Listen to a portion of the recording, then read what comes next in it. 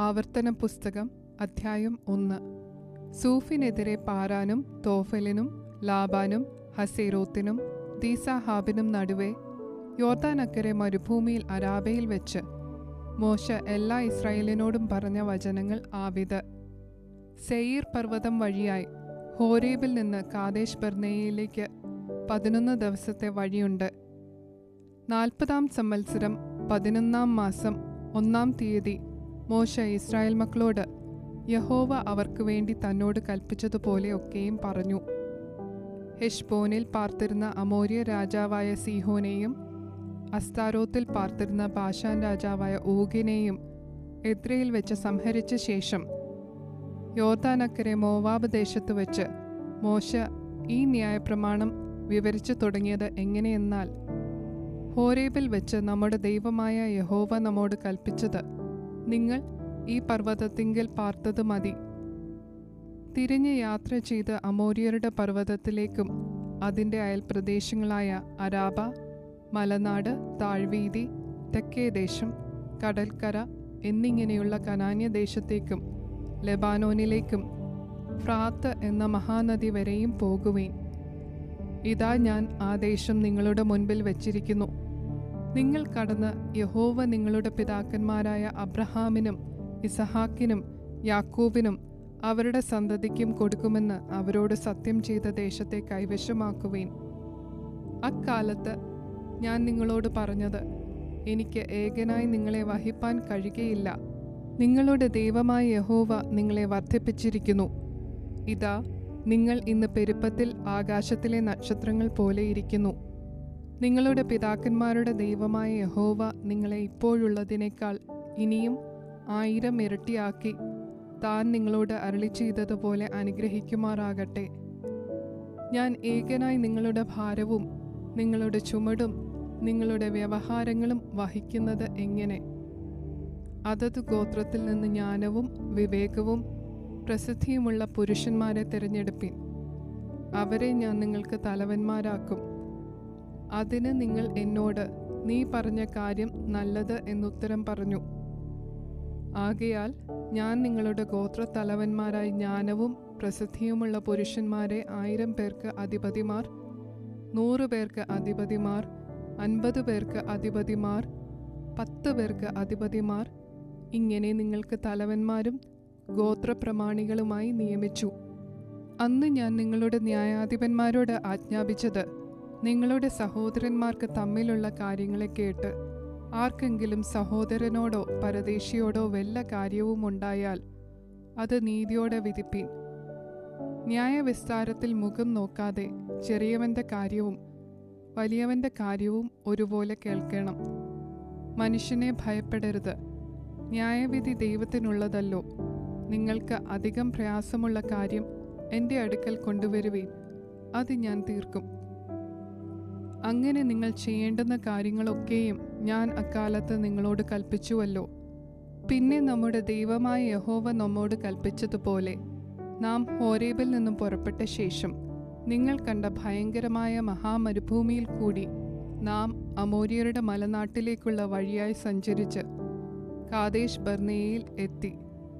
അപ്പോൾ ഞാൻ നിങ്ങളോട്, നമ്മുടെ ദൈവമായ യഹോവ നമുക്ക് തരുന്ന അമോര്യരുടെ മലനാട് വരെ നിങ്ങൾ എത്തിയിരിക്കുന്നുവല്ലോ. ഇതാ നിന്റെ ദൈവമായ യഹോവ ആ ദേശം നിന്റെ മുൻപിൽ വച്ചിരിക്കുന്നു. നിന്റെ പിതാക്കന്മാരുടെ ദൈവമായ യഹോവ നിന്നോട് അരുളി ചെയ്തതുപോലെ നീ ചെന്ന് അത് കൈവശമാക്കിക്കൊള്ളുക. ഭയപ്പെടരുത്, അധൈര്യപ്പെടുകയും അരുത് എന്ന് പറഞ്ഞു. എന്നാറെ നിങ്ങളെല്ലാവരും അടുത്തു വന്നു. നാം ചില ആളുകളെ മുൻപുകൂട്ടി അയക്കുക. അവർ ദേശമൊറ്റു നോക്കിയിട്ട് നാം ചെല്ലേണ്ടുന്ന വഴിയെയും പോകേണ്ടുന്ന പട്ടണങ്ങളെയും കുറിച്ച് വർത്തമാനം കൊണ്ടുവരട്ടെ എന്ന് പറഞ്ഞു. ആ വാക്ക് എനിക്ക് ബോധിച്ചു. ഞാൻ ഓരോ ഗോത്രത്തിൽ നിന്ന് ഓരോ ആൾ വീതം 12 പേരെ നിങ്ങളുടെ കൂട്ടത്തിൽ നിന്ന് തിരഞ്ഞെടുത്തു. അവർ പുറപ്പെട്ടു പർവ്വതത്തിൽ കയറി എസ്കോൽ താഴ്വരയോളം ചെന്ന് ദേശം ഒറ്റുനോക്കി. ദേശത്തിലെ ഫലവും ചിലത് അവർ കൈവശമാക്കിക്കൊണ്ട് നമ്മുടെ അടുക്കൽ വന്നു വർത്തമാനമെല്ലാം അറിയിച്ചു. നമ്മുടെ ദൈവമായ യഹോവ നമുക്ക് തരുന്ന ദേശം നല്ലത് എന്ന് പറഞ്ഞു. എന്നാൽ കയറിപ്പോകുവാൻ നിങ്ങൾക്ക് മനസ്സില്ലാതെ നിങ്ങളുടെ ദൈവമായ യഹോവയുടെ കൽപ്പന നിങ്ങൾ മറുത്തു. യഹോവ നമ്മെ പകയ്ക്കാൽ നമ്മെ നശിപ്പിപ്പാൻ തക്കവണ്ണം അമോര്യരുടെ കയ്യിൽ ഏൽപ്പിക്കേണ്ടതിന് മിസ്രയീം ദേശത്തു നിന്ന് കൊണ്ടുവന്നിരിക്കുന്നു. എവിടേക്കാകുന്നു നാം കയറിപ്പോകുന്നത്? ജനങ്ങൾ നമ്മേക്കാൾ വലിയവരും ദീർഘകായന്മാരും പട്ടണങ്ങൾ വലിയവയും ആകാശത്തോളം എത്തുന്ന മതിലുള്ളവയും ആകുന്നു. ഞങ്ങൾ അവിടെ അനാഖ്യരെയും കണ്ടു എന്ന് പറഞ്ഞ് നമ്മുടെ സഹോദരന്മാർ നമ്മുടെ ഹൃദയം ഉരുക്കിയിരിക്കുന്നു എന്നിങ്ങനെ നിങ്ങൾ നിങ്ങളുടെ കൂടാരങ്ങളിൽ വെച്ച് പിറുപിറുത്തു പറഞ്ഞു.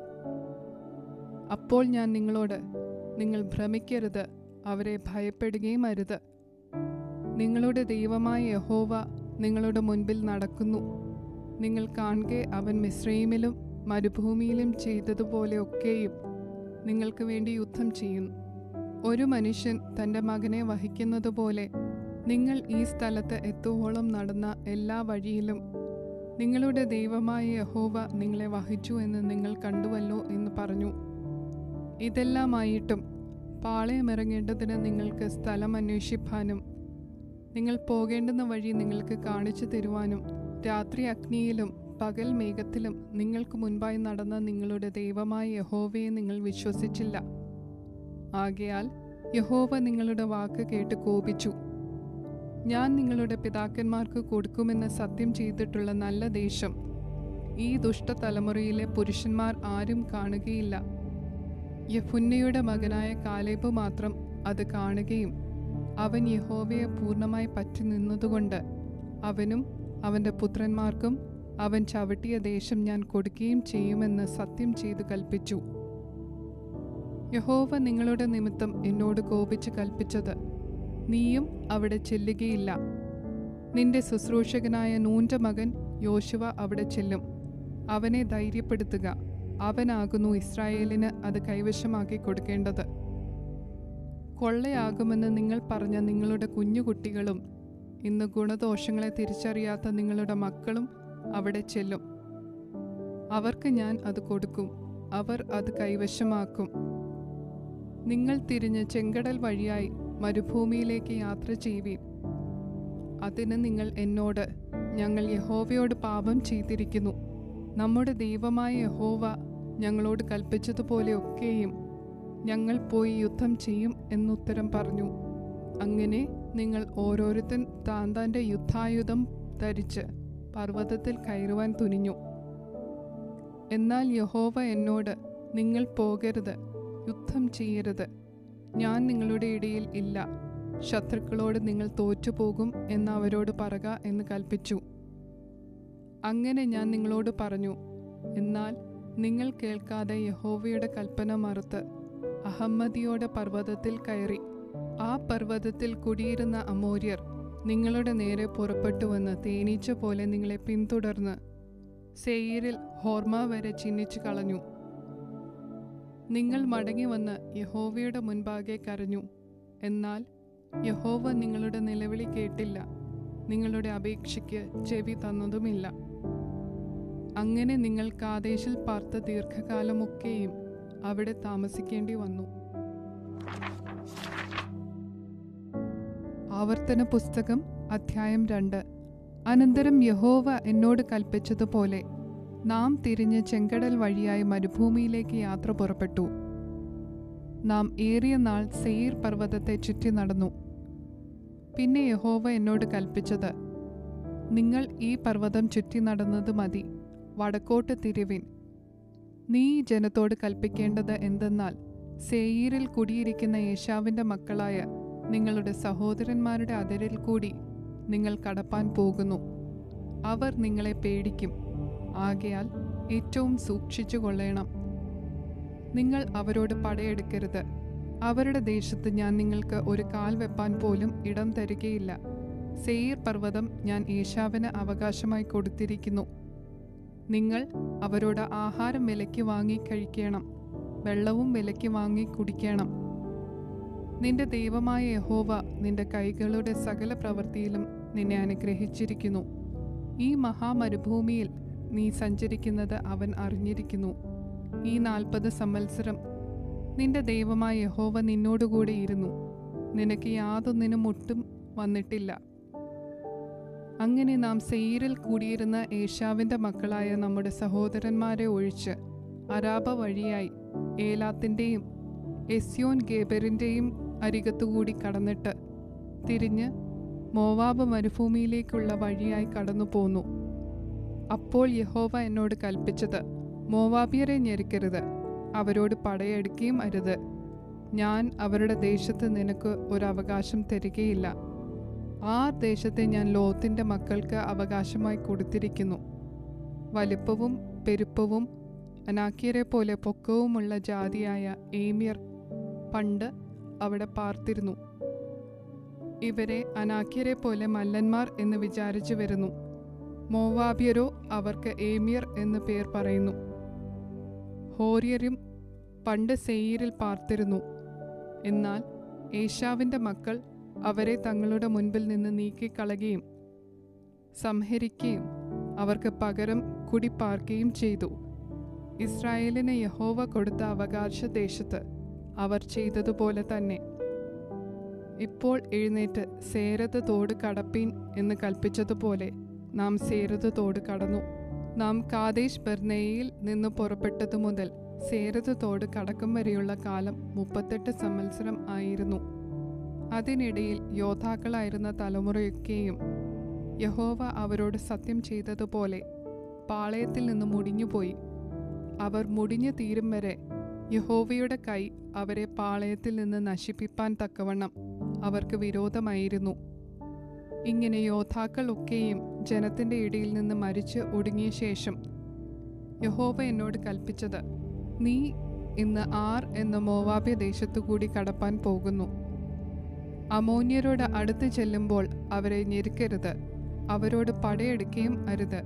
ഞാൻ അമോന്യരുടെ ദേശത്ത് നിനക്ക് അവകാശം തരികയില്ല.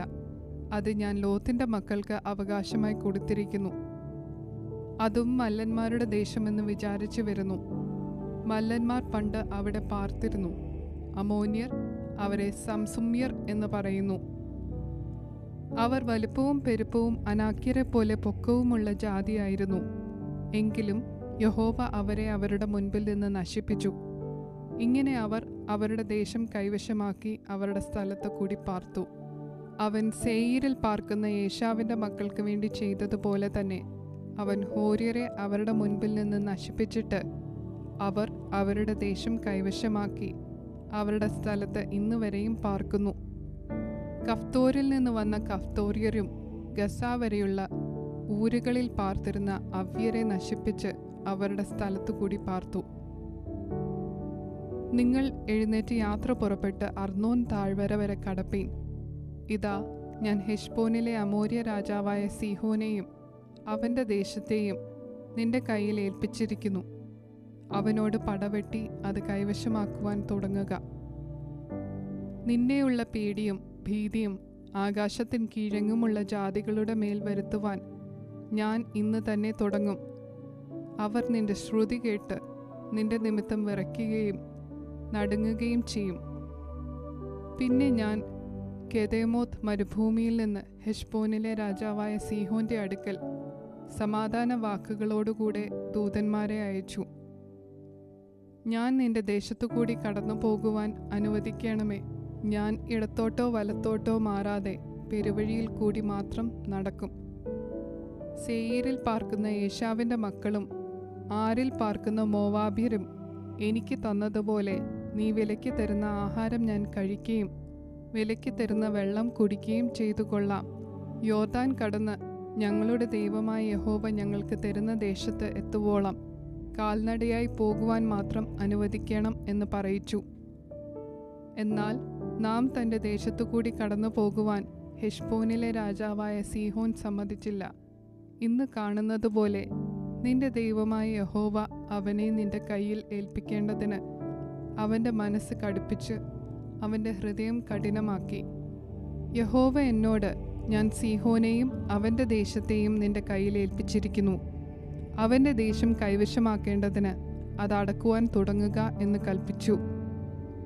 അങ്ങനെ സീഹോനും അവൻ്റെ സർവ്വജനവും നമ്മുടെ നേരെ പുറപ്പെട്ടു വന്നു യാഹാസിൽ വെച്ച് പടയേറ്റു. നമ്മുടെ ദൈവമായ യഹോവ അവനെ നമ്മുടെ കയ്യിൽ ഏൽപ്പിച്ചു. നാം അവനെയും അവൻ്റെ പുത്രന്മാരെയും അവൻ്റെ സർവ്വജനത്തെയും സംഹരിച്ചു. അക്കാലത്ത് നാം അവൻ്റെ എല്ലാ പട്ടണങ്ങളും പിടിച്ച് പട്ടണം തോറും പുരുഷന്മാരെയും സ്ത്രീകളെയും കുഞ്ഞുങ്ങളെയും ഉന്മൂലനാശം ചെയ്തു. ഒരുത്തനെയും ശേഷിപ്പിച്ചില്ല.